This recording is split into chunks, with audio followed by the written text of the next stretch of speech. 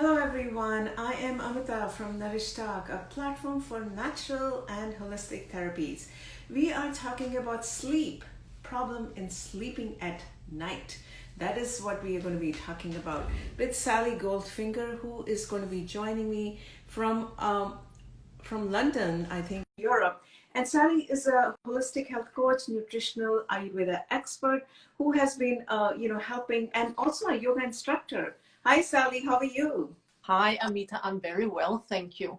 I hope you Great. are well. Yes, we are doing well. We're staying home, staying I safe think the and whole staying healthy. world is at home more or less. Yeah. Okay, well, yeah. So, all the viewers, we are talking about sleep. I know I'm having problems sleeping at night. Most of you must be. So, we're going to be talking about how Ayurveda can help you sleeping better with Sally Goldfinger. And maybe you can tell us a little bit about yourself, and then we can go in the questions after that. Yeah, absolutely. So my name is Sally Goldfinger, and I help tired and burnout people back to balance. Yeah, I which do all of that, us are right now.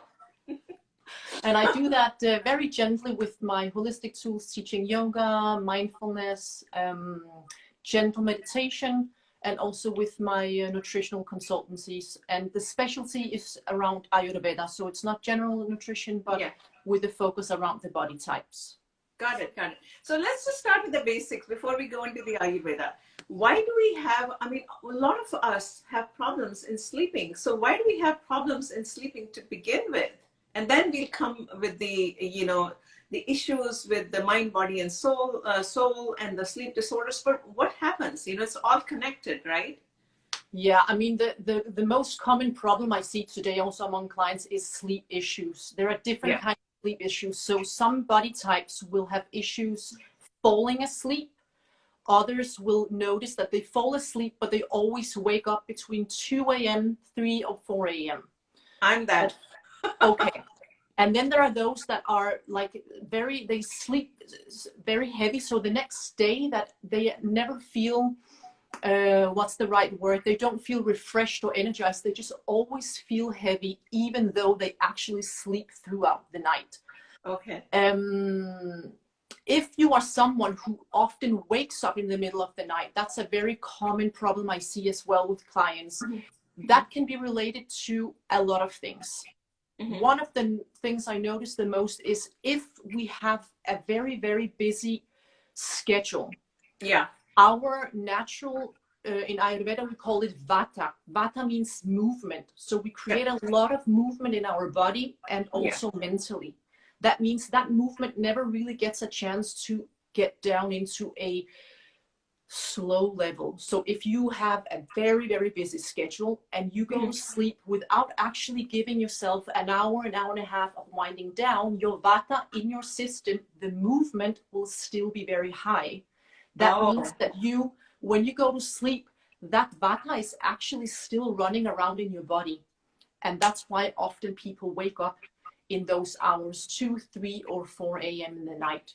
That's one thing. Can also be what you eat in the evening before you go to bed.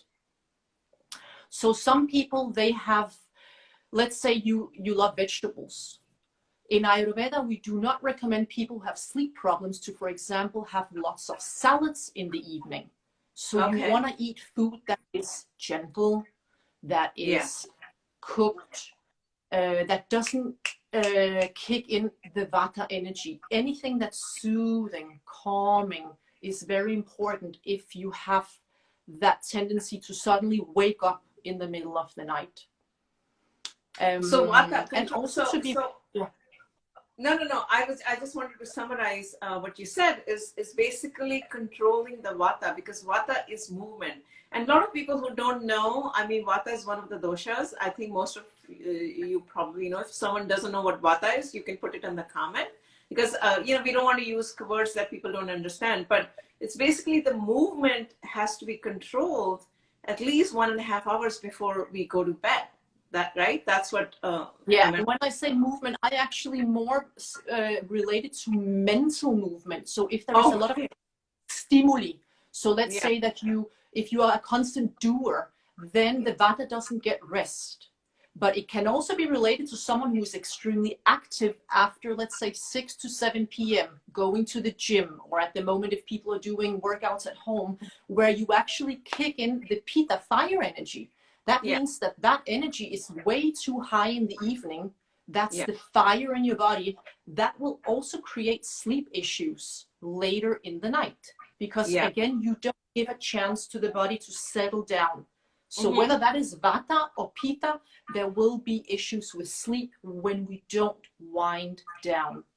And when I say wind down, it means having our phone away an hour before bedtime, not having any light in front of us, not having any stimuli, because we are constantly, in our day-to-day life, we hear sounds. People who live in the city, even if you're home, you might hear the neighbor, you might hear a car honking. There's always something. So it's very important to try to lower down all the stimuli around us before bedtime. Got it. But but most of us watch TV at night before we go to bed. I mean, that's just I think has become like a international kind of a thing. I mean, you know, gone are all the old days when you would read a book or listen to music. I mean, maybe as a kid, you know, you and I probably did that. But today's young people, I know for a fact, right? That's the nature of the thing. Before you go to bed, you're watching a TV. So what are the tools that you recommend from an Ayurvedic perspective that we should try to do before we go to bed? I mean, I cannot say to people never watch TV in the evening, because I know people love it. And I mean, I personally have not had a TV for 12 years, so I don't tell people just to live like a yogi. But what I do recommend is this: anyone who has issues with falling asleep or waking up in the middle of the night needs to try to cut down Netflix, TV shows, TV news an hour before bedtime, because otherwise you go to bed and you actually still have the images in front of you. So you stimulate, again, the Pitta and the Vata. Fire and movement goes around. So if possible, if someone doesn't have any idea or doesn't even like meditation, it can be something so simple as taking a little warm shower, making a warm tea, using a lovely sesame oil, which is warm and soothing, and just, you know, rub it in the skin in the shower. It can be using lavender oil, because lavender has a very calming effect, and everyone can get lavender oil nowadays anywhere in the world. Getting a little bit of a warm, soothing herbal tea, anything that lowers the nervous system a little bit. Got it. So what you're recommending is at night try to drink chamomile tea or some of the tea that helps. Any tea that doesn't have any caffeine. If people are like, I don't like chamomile, anything else, lavender, anything that's grounding, calming. Got it. Even fennel tea, something as simple as fennel tea.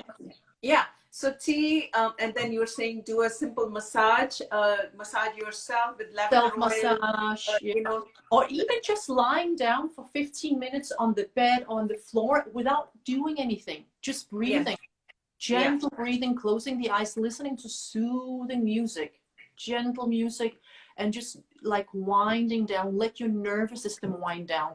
And maybe people could visualize, like, if you have a car or a bicycle, you are not riding it 24 hours a day. So the same thing with our body. We need to just bring things on pause. You put your bicycle on the, you know, somewhere, you park your car, and that's it. You know, it's finished for the day. The same with our body and our mind. We need to like say, okay, goodbye for now. 1 hour before we take a moment to just unwind. So let's so mindless meditation, of course, has a lot of research. What about some of the herbs? You know, Ayurveda has a lot of tools, right, to help sleep. There are a lot of Ayurvedic herbs, but what I normally recommend for clients is, because a lot of the herbs that we get in the West are not really, many of the herbs, they don't grow in the country you live in. And people, they get very confused with the different herbs. So I like to simplify things for people and say that if you want to use anything, whether it's natural medicine, it is dry herbs or fresh herbs, I would simply just use something that is within season in your country. And this can be anything from, again, let's say that someone doesn't sleep well because of digestive issues. So use a little bit of fennel seeds. You cook the fennel seeds for 10 minutes, strain the tea. Don't want to do that, buy a tea bag with fennel tea inside to soothe down everything from within. Chamomile is very easy for everyone to get no matter where you live. When I was living in India years ago, it's much easier to get the Ayurvedic herbs. But in Europe, it's complicated unless you go on Amazon and you start to order it. And I don't really recommend that, to be honest. I think we should try to live according to Ayurveda. What is in your country, in season, that's what you're going to use. I think that makes it more simple for people without any complications of getting the herbs that they can't get in their country anyway. Does that make sense? But most of the herbs, most of the Ayurvedic herbs, I'm not an expert on herbs, but most of the Ayurvedic herbs are coming from India. And I don't know, I honestly, like I said, I'm not an expert here. I don't know if any of the herbs, specifically some of the specific Ayurvedic herbs like Brahmi, and they're very specific, right? Or yes, you even have the small, even like if you cook, you have cardamom. Like if you want to calm down the nervous system, both for Pitta and Vata dosha, especially if it's a cooler season, I would say anything that has a gentle, sweet flavor is always helpful because it's grounding. So that can be cardamom, it can be cinnamon. I would avoid ginger because ginger again will kick in movement. It kicks in the fire energy. So before bedtime, I don't recommend to drink any ginger tea or anything with lemon. But something grounding, like a good chai. Chai you can get, you can even make your own chai actually with using the cinnamon sticks, if that's easier for people. It can be even the powder. You can also use something as simple as, during the day, even like basil. You have tulsi, but most people will not get the holy basil in the West. But basil leaves can also be in hot water. You place the basil leaves in hot water, can also be super nice, gives a bit of flavor. It's calming, it's grounding. I would not go for anything that again kicks in the movement, the Vata, or kicks in the fire. So no warm, hot spices, so to speak, in the evening time. So I've read a lot of research, and a couple of things that I want to talk about is one is the research on the application of Shirodhara, what they call it in Ayurveda therapy, is application of hot oil on your bed, on your head. Sorry, not on your bed. I'm sorry. Yes. and then and I've got this procedure done many times, and it helps to calm your nervous system, helps with better sleep. So that's one thing I want to talk about. So how do we do that at home? And is that you recommend? Because that's something that has a lot of research. And I want to talk more about the evidence and the research part of it.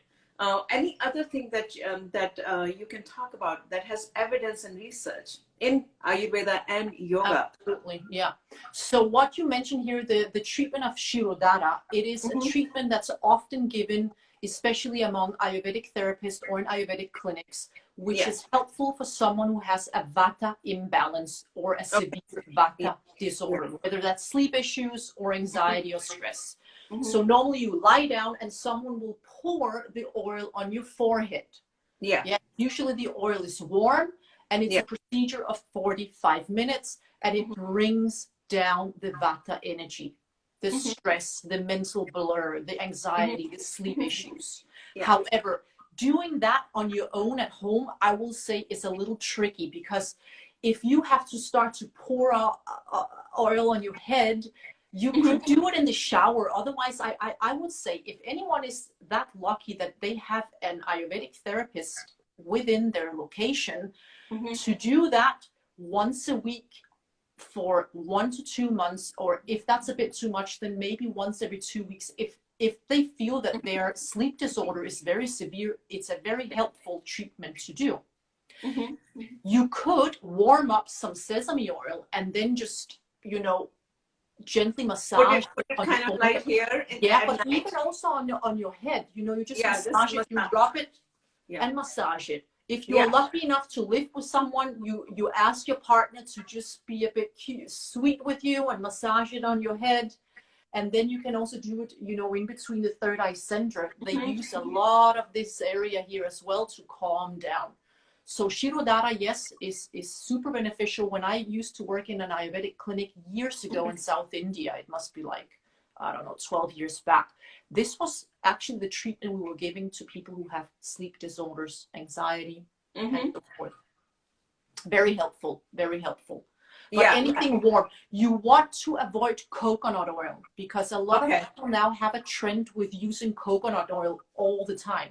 If you have sleep problems, or if you have a Vata that's a bit too high, coconut oil is actually doing the reverse. It will cool down the body, which you don't want, right? So you want to use sesame oil, which is a better option at the moment. If you don't have sesame oil, then use almond oil instead, but not coconut oil. I don't know, like, we are all living in different time zones, but if it's winter season, I would say before bedtime, do not use coconut oil, almond oil, sesame oil. If it's very hot in summer at your end, you can use coconut oil. Got it, got it. So you're also a yoga therapist. So let's talk a little bit about yoga, right? So any specific yoga asanas, any specific yoga practice specifically for sleep? There is so much research on yoga right now. So let's talk a little bit about that, because what I really want to do is at the end of the session, have some kind of a self-care regimen for our viewers, you know, that they can do at home. It's a self-care thing. So let's talk what type of yoga asanas, or what type of even simple breathing exercises that one can do, you know, right now that we are all locked in. If it's to calm down the fire energy and to calm down the Vata, most important is that if it's a yoga routine you want to do in the evening, you have to do a grounding routine, meaning you do a routine that is on the floor. You sit or lie down. You do not do standing poses, because you don't want to take in any energy in the evening before bedtime. Okay. So it's important to do a gentle, if anyone has a routine and they know about Hatha yoga, they can do a gentle Hatha yoga routine. It can be anything from very gentle twists. It can be even on a chair. You twist a little bit. You can do some side stretches just to release any held tension before bedtime, can be very helpful. And then, of course, make sure that you do your deep breathing. A lot of people are like, yes, breathing, but actually it is so helpful. If we even look at the research that people do on animals, let me give you a quick example so people actually get the picture. The animals that live the longest are the marine turtles. I think they live up to, is it 260 years or something unbelievable? And they breathe like a couple of times a minute. Whereas the animals that only live up to 6 years, like rabbits, they breathe 65 times a minute. Wow. So the old yogis actually will tell you that if we as people, we start to breathe slower, we will also reduce the stress hormones. And the stress hormones, we know, are what makes us sick. So the slower we breathe, they believe that actually our lifespan will increase, which makes a lot of sense, because if we breathe very, very fast all the time because we have too much going on, we will create more disease in the body, right? We will not be able to sleep well. Nobody can sleep well with a lot of tension in the body. So deep breathing as a yoga routine can be for anyone to do, man, woman, beginner. And the most simple tool I give when I teach is that you just take a deep breath in through your nose and a long exhale out through your mouth. So take a deep breath on your nose. You can also do, if you can, actually in the evening, you can do that one if you want. But if people are complete beginners, I would just breathe naturally without the nasal breathing. If you want to do the nasal breathing, you can absolutely, and if anyone wants to try, you can just hold here your right nostril, you breathe in through the left, you close the left, and you breathe out through the right. And you just do that very simple breathing exercise. Breathing in through one nostril, close, opening, breathing out through the other nostril. And again, like that, breathing in, closing, and opening. And what about the buzzing bee breath? Because, you know, That's the one that. Yes, I wouldn't do that in the evening, because that again, I would do that during the day. In the evening, I would like to do something that is without any sound, because when you do the buzz, there is again stimuli. We don't want stimuli in the evening when you need a good, long, restful sleep. Got it. So I would say, so this one, alone and alone. And any breathing, other yoga asanas? What other yoga asanas would you recommend for like? I would do it very simple, because a lot of people say in yoga therapy, for example, if I work with someone who needs yoga therapy, forward bends are helpful. However, if someone has, you know, a lot of back issues, I don't recommend you to do forward bends, because it's a lot of stress on the lower back and your hamstrings. So something where you sit in a cross-legged, you can sit on a chair, and then you want to do some very soothing twist. Do twists. Yeah, it's just from one side to the other. It can be side stretches, like I mentioned earlier, something super simple. It can even be neck rolls. In yoga therapy, we do this a lot, stretching the neck a little bit, because a lot of tension is accumulated here, right? So you want to take this away. I don't want to do like Saravangasana or anything where you have your legs up doing shoulder stand, for example. However, what you could do, which is helpful, is that you lie down on the floor and you put your legs up against a wall. That could be helpful. So you kind of put, if this is the wall, you put in your buttocks and your legs up. So you go in with your buttocks and the legs up in the air. That is a very calm way, again, to do a yoga asana. You don't strain in the evening time, and you lie down for 5 minutes. Some people will notice that they feel a strange sensation in their legs. That's absolutely okay. It's just the blood flow, no problem. Something soothing. You can lie on your bed and put your legs up in the air before bedtime. That helps again for sleep. That's actually something we do a lot in yoga therapy for people who have sleep issues. That's the most important simple yoga asana you can do. If you like to do forward bends, you can.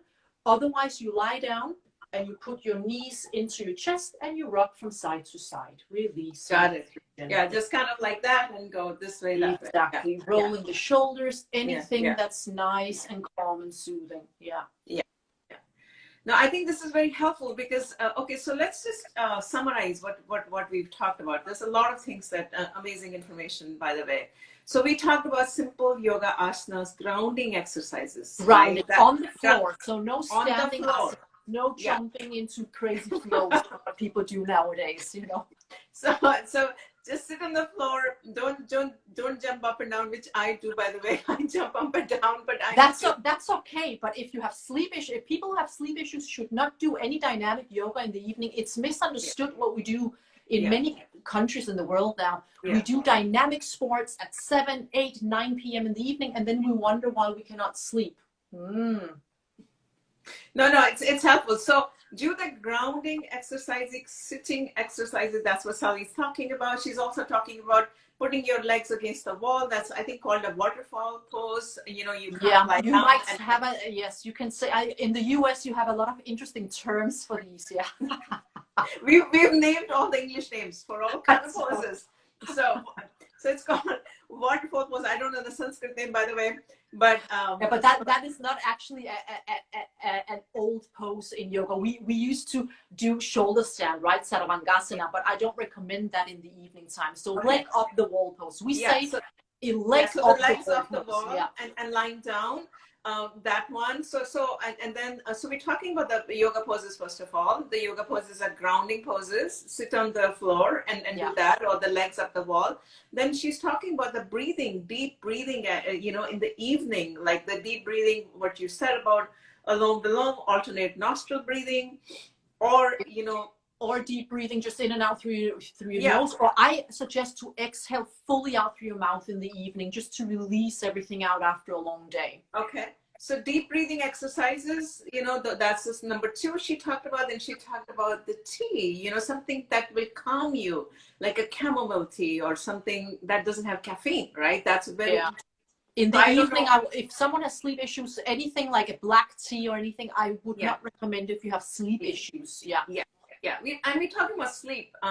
So chamomile tea. And then she talked about the oil, right? The sesame oil. You can warm up the sesame oil and put it on your head. And by the way, it has a lot of research. It's called Shirodhara in Ayurveda. And then even the other yoga breathing that we're talking about, it has a lot of research. Even the chamomile tea or lavender tea has a lot of research to calm your nervous system down. Anything else? I'm just kind of summarizing and going step by step what people can do I think themselves. I think these are important tools to do if possible. And I know it is a challenge for most people, is to actually try to have no screen at all. Yes. If possible, then Yeah. at least try with half an hour before bedtime, because people actually don't think about how much that can interfere their sleep. The light from the screen, the action movies, the flashy news, that will all affect the way you sleep, the quality of your sleep. And it's going to be it's going to be a restless sleep. You know, you're going to toss and turn, and that is no good for any of the doshas, really, for our nervous system. Yeah, yeah. So if possible, if people can say, okay, I'll just do half an hour before bedtime. Yeah. No TV, finish with the news for today, whatever it might be. I think they will notice a difference if they can do that for a full week. I think they will notice a difference in their sleep. But no, I understand. But what do we do? Like you're sitting in your bed and watching a show, and then do what for half an hour? You know. Well, I mean, so what you do is you're gonna just put on some quiet music. Okay. You're gonna make yourself a lovely cup of tea. Okay. You're gonna do the deep breathing. You're gonna lie down, and you're gonna feel your body once and for all. People are gonna notice their beautiful body.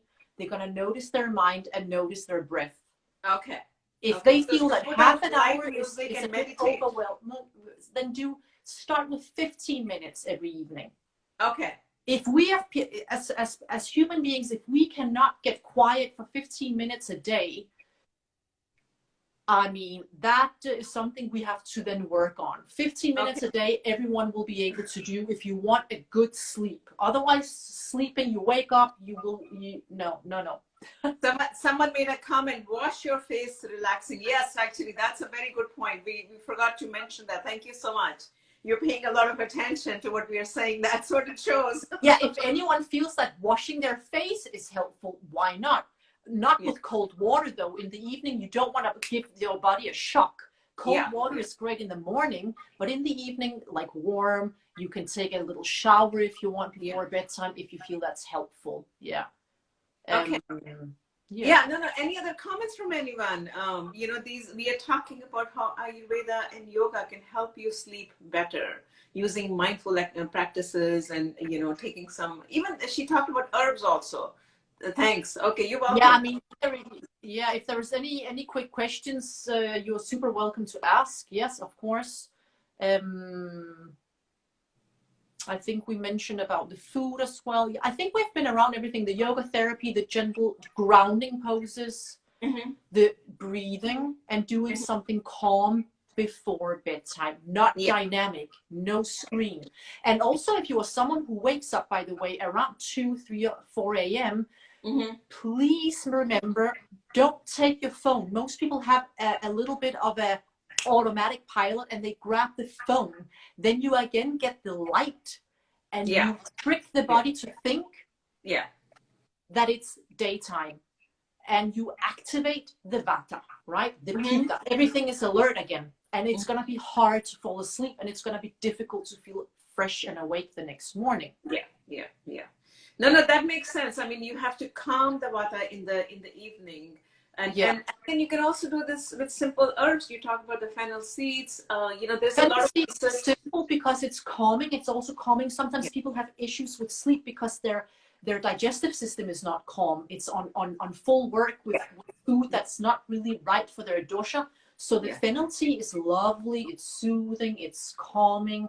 If people can even get lavender tea, if you can grow lavender or buy lavender from some organic shop somewhere, you can even make a simple lavender tea. Smells delicious, easy to make, and very grounding for the nervous system. Okay. No, I think it's a great information, Sally, which you give to all of us. I think try to do a small regimen, and I have a problem in sleeping, not sleeping problems, but I wake up, in the middle of the night sometimes. In the middle But of the night. Yeah. yeah, like 2 o'clock, 3 o'clock, sometimes, because I have to go to the bathroom, sometimes because, I drink a lot of water during the day, like 10 glasses of water, something like that. But on the other hand, she's given us a simple to-do list, on a daily basis, and try that. And let us know if it works or not. She's talking about so many different things. Anything else you'd like to add, Sally? I don't want to repeat. We already talked about all the different things. No, I think that's the most important thing. And of course, with people's bedrooms, it's very important that people have a bedroom which is a bedroom. If you have a bedroom which is your workroom, your desk, your computer, your clothes, your jeans is on the floor, socks is on the floor, I can assure you that energy will actually disturb your sleep. Because it's not a clean energy. You need to sleep in a clean environment. If you have a lot of stimuli around your floor, that will also affect people's sleep. So keeping it simple and clean in your bedroom, nice and cozy. Okay. Well, thank you so much, Sally. My pleasure. My pleasure. Thank you so much. Well, we are posting this session on Insta Live, and we'll be tagging Sally. And we will also be offering some programs in the new year. Sally, Sally, you can look at Sally's account, on Insta also. She has some cool things that you can download. You're welcome to do that. And anything else, let us know. Anything else, Sally, you would like to add before we wrap up? No, I think that's a good, little holistic package with the yoga therapy, gentle yoga, breathing, some calming foods, good tea, a little warm shower, cozy, clean bedroom. Yeah. And if anyone wants to know more, they're not sure, they are welcome to pop me a message and ask me of any exactly. Like I said, Sally has some cool things that can be downloaded. If you want to do that, we'll be tagging her. With that, I'd like to wrap up this session. I see people joining right now. I'm sorry, we are wrapping up this session right now. They can probably watch it again, like if it's on the page, they can watch it. Yeah, absolutely. Yeah, people can watch it. But we are ready to wrap up. I apologize for people who are just joining right now. And you can watch the recording and let us know how we are doing and give us the feedback, what you like to see, what kind of topics, if you like it or not. All those things, just keep them coming. We are very accessible here. Yes, we like to share the good stuff. Yes, absolutely. Thank you so much, Sally, for being with us. Thank you, Amina. Have a beautiful day. Bye-bye. Yeah, you too. Bye-bye.